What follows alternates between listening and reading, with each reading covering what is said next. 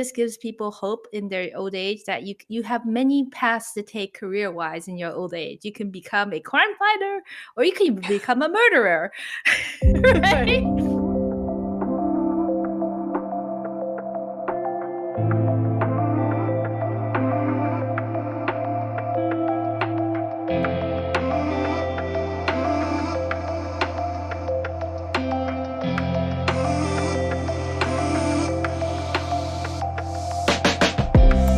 Hi, this is Juniper.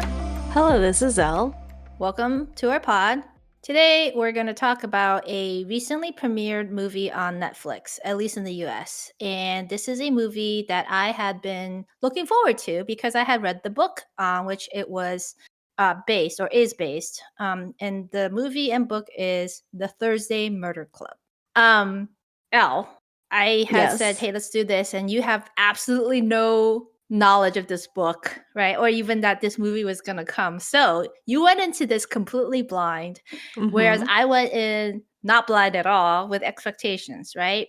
So I think it'll be interesting just for us to start off talking about kind of our general sentiments as someone who had the anticipation and someone who didn't. I'll start us, okay, on this. So I really enjoyed the Thursday Murder Club, and it's a series of books, and it's still going on. I think the 5th book just recently came out, but I've only read or listened to the first 4.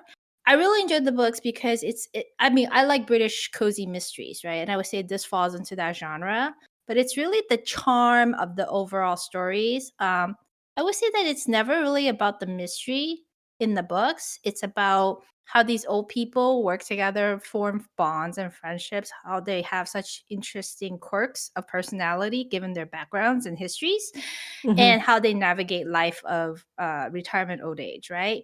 And there's a lot of side characters they come across in passing that, just kind of appears for a brief moment, but adds color or flavor to the story. So I was interested to see how they were going to adapt this. And when I saw the cast, now I didn't know the full cast either, but just the kind of the lead names were interesting enough for me to like, oh yeah, that'll be interesting to see how they carry it off, right? It has some very well-known British actors in it. Helen, Mirren, Pierce Brosnan, right? Ben Kingsley, among others. I would say 2 of my favorite British TV actors are actually in it. And it was kind of a surprise and delight. I didn't know they were going to be in it. And it's David Tennant, who plays Ian Bentham. He was Doctor Who, as you know, one of the most popular ones. And then Tom Ellis, who was Lucifer, another show I really loved. And he plays actually Pierce Brosnan's son, Jason. Jason Ritchie. And actually, when they were next to each other, I thought, oh, wow, they actually look like they would be father and son in some ways, which is interesting. I never would have put the 2 together. But anyways, so I was interested in the book, the adaptation, and the cast. And I would say that it did not disappoint in the sense for someone who has such expectations going in that the story in the movie stayed faithful to the book. However, I would say, though, I felt like there should have been more.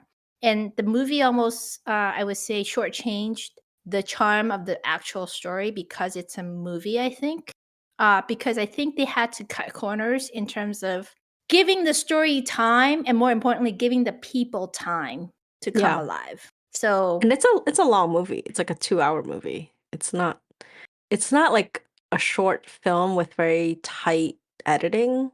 I mean, they do dawdle a lot in random parts, which I didn't mind. Vignettes. But you get vignettes. Yeah. I was gonna say, I wanted to set up the plot, but basically, it's about a group of elderly people who are in a retirement community. They live in this massive, old English estate.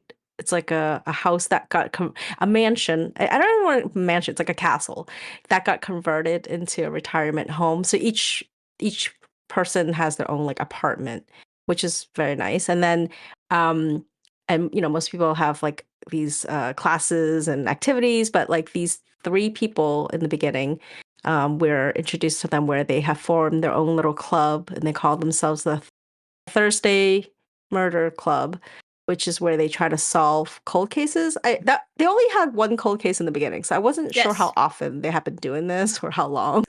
So I would say when I started watching, I was very pleasantly surprised by the cast because, like you said, it's a very high caliber cast. A lot of they're veterans in the industry, and I think the cast, they've all been leads in their own rights when they were younger, but here they work very well in this ensemble piece, and the characters' personalities are very clear right off the bat. You get a very strong sense of who they are and that they are each contributing in their own way to this club with the expertise they have from when they were young. And and you had mentioned, it gives you hope, like when you're retiring, that you don't, as long as your mind is still sharp, right, you can still do amazing things, and you will still meet other people who can be amazing friends. And I think in the Yes. first hour, that's very clear where you're watching this, and it's sweet, like, and they may not have, they're older now, their children are not always around to, be there, but they have each other, and you're like, you feel happy for them. And then they're clear-headed in the sense that they know that they're old, but they're not like, oh, it's gonna hold me down, I'm still gonna do what I'm gonna do. And so, yes, when you say, is this a murder mystery piece? Yes, there's murder and there's cases to be solved, but you're really watching it for the personalities. And they use their age to their advantage, right? They can play Yes, yes. dumb, play kind of not quite with it, to their advantage. They're kind of shameless about it, which is kind of the charm, part of the major charm about this, right? They know what to weaponize as senior citizens, and they use it to their advantage. Mm-hmm. I mean, they basically run circles around like the cops, the bad guys, everyone, right? Um, I would say that you focused on how that's more of the theme in the first part that draws you in. I think that's also part of the charm of the books. But Mm. let's not shortchange the second half, where if you want to, what did I say to you offline? I said this gives people hope in their old age, that you have many paths to take career wise in your old age. You can become a crime fighter, or you can become a murderer. Right? Right, Be a right. super criminal. Like, there's nothing to stop you. Like, there's not really anyone here. The young people in this story universe don't matter as much. Like, they're not the No, main agents. They're here to just right. kind of, they're almost like the tools employed by the aged people, right, to get things done if needed. Yeah, like, sometimes when you get older, you kind of get lost and forgotten, but here everyone is still visible, you're not invisible here. And then, like you said, they use that when they're out for trying to solve this crime, where people they are invisible to the rest of society. Hmm. But that doesn't that they're not deterred by that. Yeah. So, do you want to talk about the mystery now? Because technically, this is a murder mystery. Yes. So I usually we do spoilers, but I think in this case we're not going to, in case Hmm. anybody wants to check this out. But I will say that in the beginning, okay, so Helen Mirren's character comes off very strong, and you actually mentioned offline that she's not really the main voice in the book, but on Hmm. screen she is the most. She comes off as sort of the lead in this, and I thought, because they give you a hint that she might be a potential suspect, right? They put her in these situations where she's always like in the shadows, and I don't want to say what she did, but like there was a scene very specifically where they show her doing something, and I'm like, oh, are they insinuating that she is capable of something, not so good herself, even as Yes. she's out here trying to like She's solve these She's crimes? definitely capable, right? She's basically, they outright almost told you that she's ex secret agent MI6, Yes. right? Yes. So yes, she's capable, but yes. So that's interesting. What you're saying is you even suspected her, right? Yes. As the murderer. Oh, actually, let's clarify that I don't think that it's a giveaway to say there are multiple murders. Mm-hmm. Are they or are they not all interrelated? Not necessarily. And Right. therefore, there's actually multiple reveals as to the killer or killers in the story. Right. Were you surprised or not surprised at all by the reveals? I will say the reveals. Okay, it's kind of interesting when I think about this because, after years of watching things, right? You kind of Oh, know. yes. The suspect has to be on screen somewhere, right? It's not some Hopefully. random. right? It's not some random Joe Schmo that you're gonna find, down the street in a pub. So you're like, it's one of these people, but who do you suspect, right? And I guess I wasn't completely shocked. I think the delivery, not the delivery, the execution on screen was a little bit of a letdown. It was a little almost too anticlimactic for me for some of these reveals when you're watching All of it them, because or specific ones that stand out to you? the last one was very Mm, underwhelming for me because yes. it almost didn't feel like a reveal, and then the first two, yeah, I mean, look, none of the suspects were clean people, meaning like, they're criminals and they're kind of shady to begin with. So I think, okay, one of the drawbacks of this setup is that I do wish it was more of a miniseries versus a Mm-hmm. movie because I feel like I didn't get enough. I didn't get enough of the suspects because they were sort of built into the story as well. Like they had their own storyline, they had their own backstories, and they introduced them as characters as part of the whole story. They didn't introduce them as just like this random guy who could be a suspect and therefore we should paint him as evil or whatever.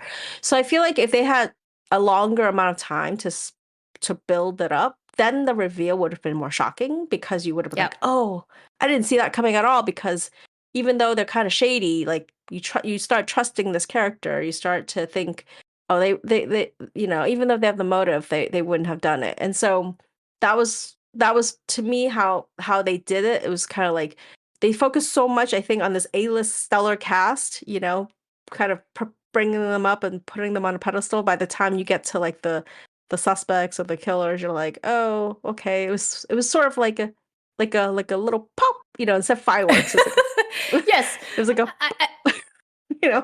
yeah, let me just add on to that. I think I agree with you in that it felt like the mystery got shortchanged in this. But to be fair, I think even in the book, it was like I said, I never felt like the point of the books was about just the mystery. It was about the dynamics of the people trying to solve the mystery and the quirks, right? The people. I feel like by squeezing this whole story into one 2-hour movie, albeit it's 2 hours, so it's a longer side of a movie, right? It Yeah. felt like you shortchanged both the people and the mystery. Yes. Even though they stay faithful to the book, there's the nuance that's missing, the build up, the little things, right? About the people dynamics and about the mystery. So when the mystery happened, it was like, oh yeah, we have a mystery to solve. Oh yeah, that's right. Oh, so and so did it. Okay, what a letdown, right? Like you feel like that way. Yeah. And also you don't understand why it's important by the time the reveal happens. Like, why do we care? In some ways, now some of it Mm. was kind of shocking, right? Like the reveals. Oh, you did it. But then it was just kind of like here and done. And Yeah. and then it's like, but you didn't give me any preview to anticipate this was the direction the story was going to go. So why do I care? Right? Right. Is I think the reality.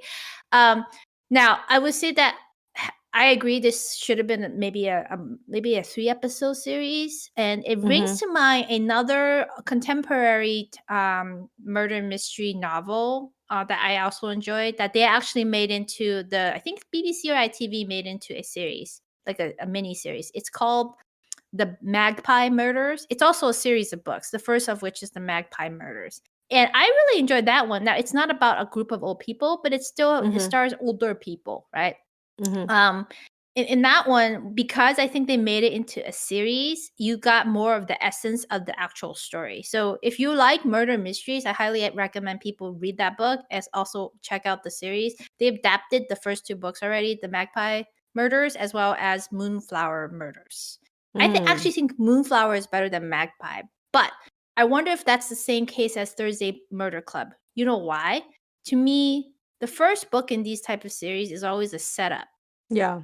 You know what I mean? Especially with Mm-hmm. Thursday Murder Club. Like Thursday Murder Club almost plays like an episode, I think I told you, of Murder She Wrote, or one of those not Yeah. procedurals, detective, cozy mysteries, right? Or Midsummer Mm-hmm. Mysteries, whatever. Like all those British, murder mystery shows where you almost feel like, I think you said this at the beginning, you feel like there was no background given to how often were they meeting, how many cases have they solved. I think you're supposed to just know that you're dropping it in the middle. Had Yeah. this been the TV series, there would have been a pilot, right? Where you see them Mm-hmm. coming together Mm-hmm. and doing this. And then this would have been like a middle of the series episode. So then you don't have to understand who Ron is, who Elizabeth is, who, you know what I mean? You already know them. And then you focus on the mystery and the quirks and the new characters introduced for that episode or that specific mystery. So I think that would have worked better. But, you know, can't really find fault with the cast here. And overall, I thought they did a good job executing the story. And it was just pleasant to see the scenery, to be honest. Did you notice, by the way, they had llamas? Is it kind of hilarious? I thought of you because we were just talking about... Their conversation was the same one you and I said, which is, I was like, they tend to spit. And you said, well, so do people. And then they had that. I was like, wait a minute. Did they steal our dialogue? I was like, were they eavesdropping? I was like, the same conversation you and I had like a week ago. Yeah. So I thought that was hilarious. Yeah. No, that place is beautiful. I was like, oh wow, I would love to retire there. Although I was telling you, I was like, oh, I wonder how expensive it is to live there. And yeah, it's very, very high end retirement living. I saw someone on Reddit say, it's like, oh, I didn't know the Cooper's Chase, like they were retiring in Downton Abbey. I'm like, no shit. This looks like Downton Abbey. They're all very well off retirees. Let's put it that way, right? Everyone's rich. Yes. Well educated, they don't have right? to... That was insinuated during the protest. Yes. Oh, one more thing I want to mention about the shortchange. I think there's evidence that certain stories got like kind of shortchanged because I told you I came across a deleted scene that Netflix posted on its like fan site, Netflix to them, and it's about Father Mackey, the priest. You know, blink and you miss him basically on screen, right? In the final cut. But in the book, he does have a significant side story that they happen upon reveal, you know. And the cutscene kind of alludes to that. So I thought that was interesting. And if you go and watch the cutscene, you also see that Joyce gets more of a agency role. I would say in the final cut, Joyce is not so much agency, right? She's just kind of like the tag along with Elizabeth, which is kind of her role in the story. But what you see in the books and with the cutscene is that Joyce actually has a lot of ability to get people to talk and do certain things or outwit people. Elizabeth is more direct and in your face and obvious, right? Like she's obviously that capable woman secret agent. They said that with one of the characters where she's like, how did you know my real identity? He's like, I asked around. There was an old lady that asks really direct questions or asks a lot of questions and they all know it was you. Yes. And she's like, oh yeah. I was surprised, and I don't know if this is normal, like when the police show up and they say, did you kill so-and-so? I'm like, oh, is it usually this straightforward? Like, they don't beat around the bush. There's no like psychological, like, you know, nuance. It's like, did you kill him? You have motive. We think you killed him. And the other person's like, no, why? What? Am I under suspicion? I was like, well, they do that repeatedly. The police are not exactly very competent in this storyverse, right? Like that's why Donna DeFreitas, the female constable, right, is they're kind of like women on the inside because they see that she has been sidelined because she's a woman and she's not from here. But really she's the smarts, right? Because she is capable. So in the book, that's another thing. The book characters, right? Where I said the characters are much more robust in the book. Like Donna has a whole storyline with herself. As the series goes on, you see more and more of it. And she, in fact, gets together with one of the other central characters. And then her superior, the detective guy. Oh, by the way, can I say he was the guy, whoever played him or however they made him up, he is exactly how I envisioned him when I read the book. Oh, really? I was like, wow, they hit this mark, you know, like really on the mark. Yeah. Oh. There's a whole story about the detective too. Like they become friends over time, and he actually ends up dating, I think, Donna's mom, who does not appear on this movie, but it's in the cutscene. So again, there's a lot in that cutscene that you don't, because they cut it, you're like, oh. But if that's, I mean, there might be other cutscenes like this, but it gives you a sense of like they had to really trim a lot of important nuance and characters out of the actual whole story to make it fit into this movie. So that's a shame. Yeah, and I was gonna say the boss, Donna's boss, like I was gonna say whoever played, however he was written. I wouldn't say how he played him, but how he was written, I thought was an interesting balance of like bumbling and yet still effective because he Yes. still needs to be decent at his job, but they do kind of make him kind of foolish in the beginning, right? Like because he just comes off not very not that he's untidy. He just comes off very rough and like it's like how did you even get to that position if you're inept? Yeah. But then they kind of pull that back and say, okay, he's not inept. It's just that, he's not as quick a thinker as Hmm. Donna or the Thursday Murder Club. Yes, because he has his biases, right? And once he comes Mm-hmm. around, he becomes an ally too. He's not completely Yes. like, hopeless. I Right. think that's part of the reveal of this story and the series of books is that these characters are more to them than you think originally. Mm-hmm. Um, so don't judge a book by its covers, I guess, right? Is the theme. Don't judge old people because they're old, because Yeah. thinking they're not capable, and so on and so forth. Oh, I do want to mention one thing. I'm sure this is the one that everyone who's read the book, will harp on, which is they change a very important part of the ending about one of the reveals, which is one of the murderers is never actually apprehended, um, in the books, but they changed that and they gave them a very, shall I say, level down reason for the killing versus in the book. The movie kind of dumbed it down. Like, oh, it was kind of an accident out of desperation, right? Mm-hmm. Whereas in the book, it was not. It was actually, I'm going to kill this person because this person is evil and they did something really bad. Premeditated vigilante. Yeah. Yes. So that was disappointing for you. It was because it diminished the character, the murderer's character. Not that I'm out there hero worshiping these murderers, right? But this person is actually a very likable character in the books. I say Mm-hmm. books because they become a central part of the stories going forward. Almost joins, well, it's really an extension of the Thursday Murder Club. Mm-hmm. So Yeah. if they were to make this into a series of stories on film, I don't know how they would do that because are they gonna just make Helen Mirren do all the important stuff?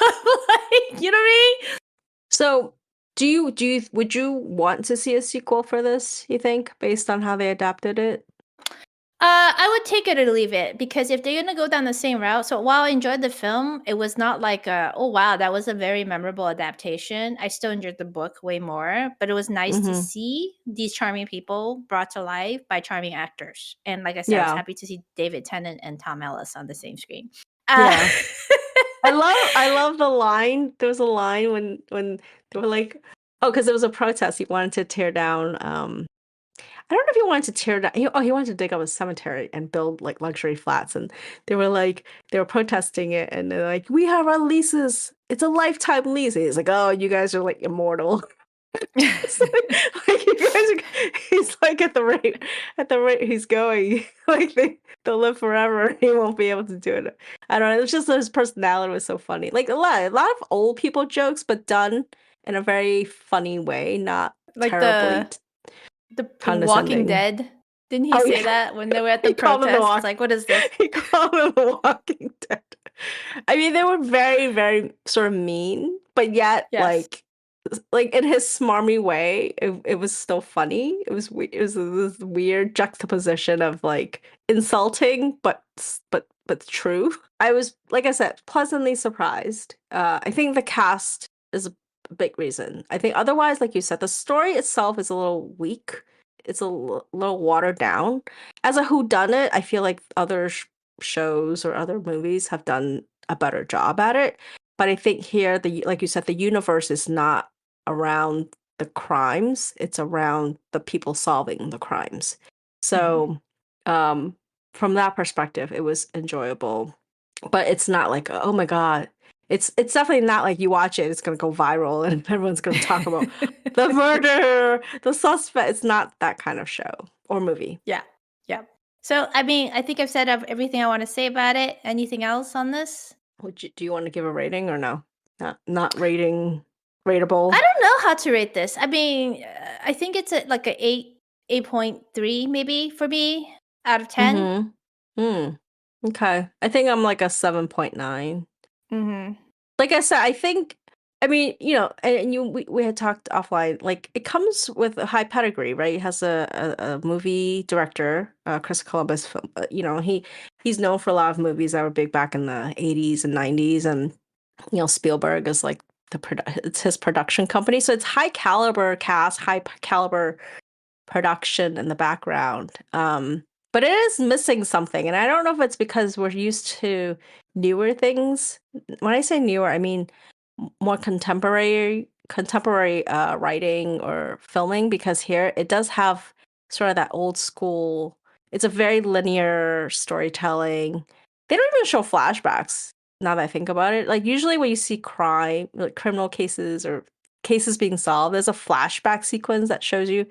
I think the only flashback they showed was the cold case. But yeah, like I said, it's done in a more old school kind of way, even though it's beautifully shot. I mean, things look really beautiful visually in this movie. Yeah. If you're looking for a more memorable mystery movie from recent years, I highly recommend A Haunting in Venice, which is the third in Kenneth Branagh's series of the Agatha Christie Poirot mysteries. I would not recommend the first two, The Murder on the Orient Express or Death on the Nile. Which, by the way, Death on the Nile is one of my favorite stories, okay? And I'd watch other adaptations of it, of which I've always liked. I did not like the way the movies adapted. What was surprise and delight to me was the fact the third movie in the series, A Haunting in Venice, was so well done. Very tightly shot, suspenseful, haunting in every sense of the word. And it makes you think or feel. So so watch that, actually, if you're looking for another mystery. Now But that don't you watch this. Yeah, well, no, watch this and then go. They could have done better on the adaptation and on the actual mystery, as well as the human side. So then watch that. Yeah. Okay. All right, that's it for today. Until next time. Bye. Bye.